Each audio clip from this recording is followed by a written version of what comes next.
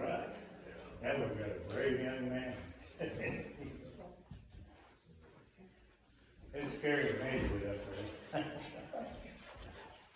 Makes me sweat.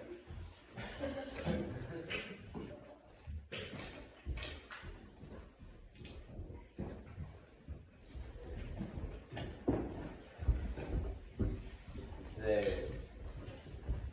if I could have John 15. John 15? Yep. Yes, I got it. John 15. There you go, there you go.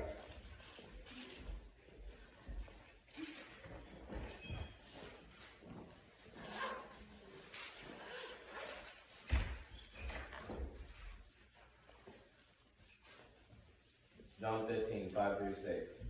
I am the vine, you are the branches. Whoever abides in me and I in him, he it is that bears much fruit, for apart from me you can do nothing. If anyone does not abide in me, he is thrown away like a branch and withers, and the branches are gathered and thrown into the fire and burned.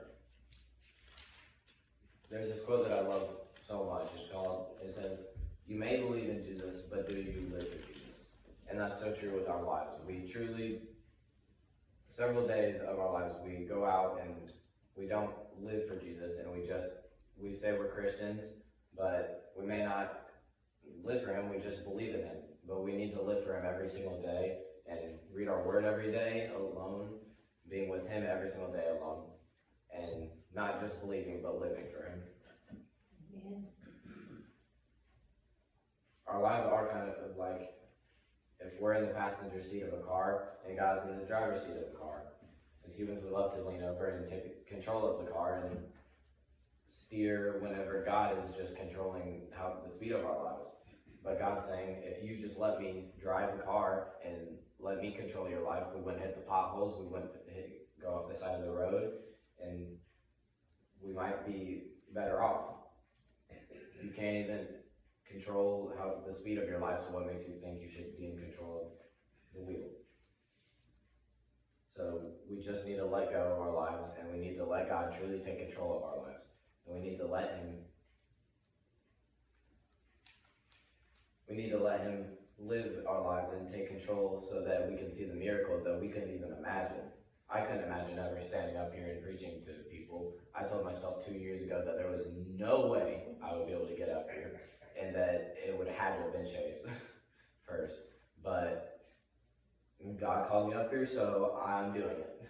But I wasn't doing it, so it's okay. John 13:7. What I'm doing now you do not understand, but afterward you will. And that's just like exactly how it was. I didn't understand why God wanted me up here. I have terrible stage fright. I freak out in front of people. I have panic attacks. But whenever I first got up here and preached, God gives you a peace, and He gave me a peace and a confidence that it was unimaginable. All my fears went away. And if I wouldn't have trusted God, I wouldn't have experienced that. I wouldn't have experienced that true peace and that true comfort as God has done for me. But if we let God, and if we listen to God and what He wants us to do with our lives, we'll find peace, we'll find comfort in the struggle.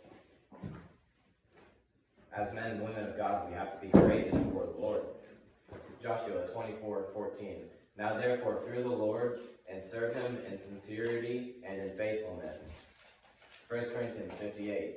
Therefore, my beloved brothers, be steadfast and immovable, always abounding in the work of the Lord, knowing that in the Lord your labor is not in vain. Truly, that is saying to us that if we are steadfast, immovable, fight for God as He has fought for us, as Jesus fought for us on that cross, He will not leave us nor forsake us, and He won't forget what we've done for Him, and it won't be left in vain. So I just ask that, honestly, as Christians, we need to just serve the Lord in the best way we can every day of our lives if we want to find the true peace and the happiness and the pain and the suffering.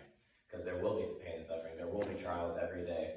But if we remain steadfast for the Lord, those trials will become a lot simpler, and we might even find a solution whenever we're not looking for it. Thank you. I ask that we all get in a circle and pray. I'm gonna say a couple of words here.